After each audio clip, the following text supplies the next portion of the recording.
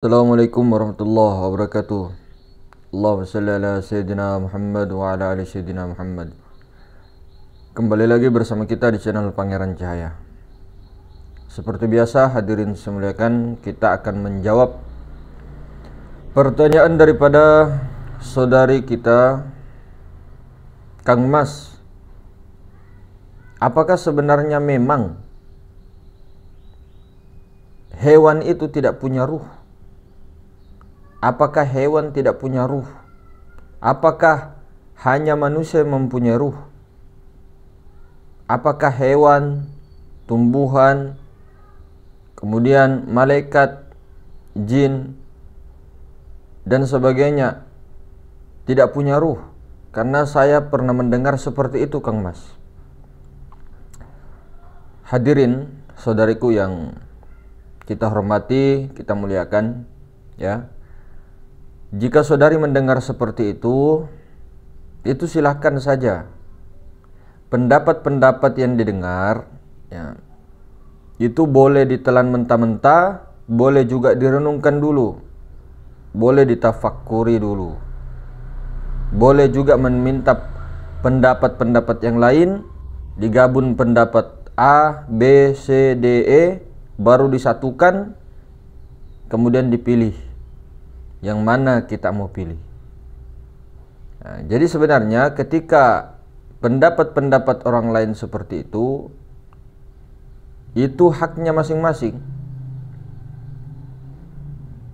Jadi kita jawab, kalau menurut kita ini, ya, jangankan hewan, jangankan malaikat, tumbuhan, jangankan jin, bahkan benda-benda mati yang seperti kita lihat di sekitar kita, kipas, batu, kayu, pasir, semuanya itu ada ruhnya. Kenapa bisa dikatakan begitu? Begini, sejatinya alam semesta ini, ya, yang terdiri dari api, angin, air, tanah, 4 unsur itu semua adalah ruh yang memadat. Cuman ruhnya ruh apa dulu? Sama dengan jasmani kita. Dari mana asal jasmani ini kalau bukan dari ruh? Ruh itu apa? Disingkat, ruh itu daya. Ruh itu energi, bisa. Jadi ruh, energi-energi atau daya-daya yang memadat sehingga dia menjadi padat. Kelihatannya padat. Di mata kita kelihatannya padat. Namun ketika ditilik lebih dalam, sebenarnya tidak ada. Alam semesta, api, angin, air, tanah, kita, batang tubuh ini semua sebenarnya hakikatnya tidak ada. Namun secara syariat diadakan. Adanya wujud bayangan, wujud khayal, wujud penampakan. Sama dengan bayangan kita. Bayangan kita ini ketika dicari-cari, hakikatnya itu tidak ada. Namun secara syariat ada. Maka jangan katakan, kalau di sini ya, jangan hanya mengatakan bahwa manusia yang mempunyai ruh. Mungkin yang dimaksud beliau ruh mutlak atau hembusan ilahiyah. Itu mungkin yang dimaksud, yang dipunyai hanya manusia saja. Selain manusia tidak ada. Namun jangan salah, ini jasmani kita ini ruh yang memadat. Maka ada dinamakan ruh jasmani, kan? Namun sebenarnya ketika pertanyaan-pertanyaan seperti ini ataupun kedudukan-kedudukan seperti kedudukan ruh jasmani, ruhani, nurani, robbani, sultani, dan sebagainya, saya pribadi tidak pakai. Lalu kenapa saya menjawab? Untuk meluaskan wawasan, meluaskan kepahaman. Tapi kalau pada diri saya sendiri, saya tidak pakai istilah itu.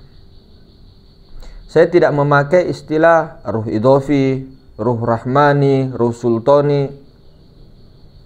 Namun ketika ada yang bertanya, kita paham jawab. Tapi untuk diri saya pribadi, saya tidak pakai istilah itu untuk diri saya dan saya tidak mengamalkan seperti itu. Jadi yang kita amalkan, yang kita pakai istilahnya, ruh itu terjadi dari Nur Muhammad, selesai. Paham-paham masing-masing berbeda. Jadi kita tidak pakai kedudukan ini, kedudukan ini, kedudukan ini. Ruh ini, ruh ini, ruh ini, ruh ini terlalu banyak, terlalu ribet. Kalau untuk pengamalan itu ribet. Kalau untuk pemahaman wawasan yang luas enggak jadi masalah. Cuma yang penting jangan bingung. Itu tidak menjadi kewajiban untuk dihafalkan, untuk diinikan dan sebagainya, tidak.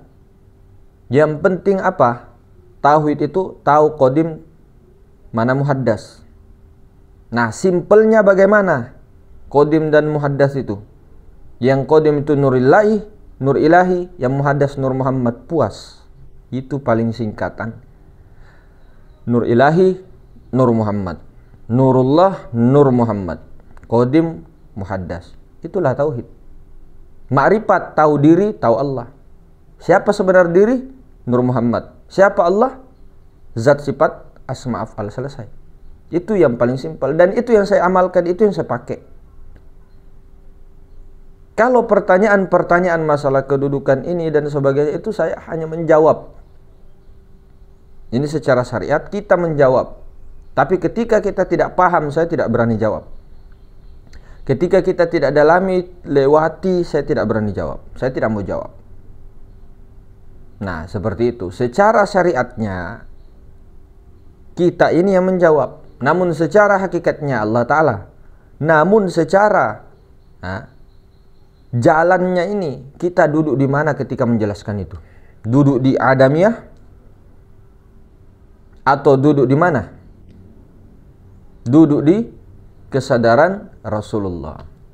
Kesadaran Rasulullah otomatis ketika dia berkehendak, itu kehendaknya Allah. Ketika dia berkuasa, kuasanya Allah. Yang penting tekankan di situ. Maka kita kembali kepada pertanyaan daripada saudari kita. Jangankan hewan-hewan, binatang, tumbuh-tumbuhan itu, batu-batu pun itu mempunyai ruh. Makanya ketika nabi-nabi, para rasul, para wali dan sebagainya, bahkan orang-orang yang kena kasyaf hissi, itu bisa mendengar zikirnya batu. Daun-daun yang kering itu, rumput-rumput yang sudah mati, pasir-pasir, ya, laut, ombak. Oh, adakah dalilnya begini-begini? Banyak sekali. Kalau mau dikatakan dalil batu yang berbicara, banyak. Di zaman Rasulullah SAW banyak. Bahkan di akhir zaman pun banyak batu yang berbicara. Oh, ke sini wahai muslim, di sini ada Yahudi dan sebagainya. Di sini. Pohon mati. Semuanya itu ada ruhnya. Cuma kita tidak mengetahui apa komunikasi mereka, seperti apa caranya mereka berkomunikasi. Satu alam semesta ini, api, angin, air, tanah, itu semua ruh yang memadat. Nur Muhammad yang memadat.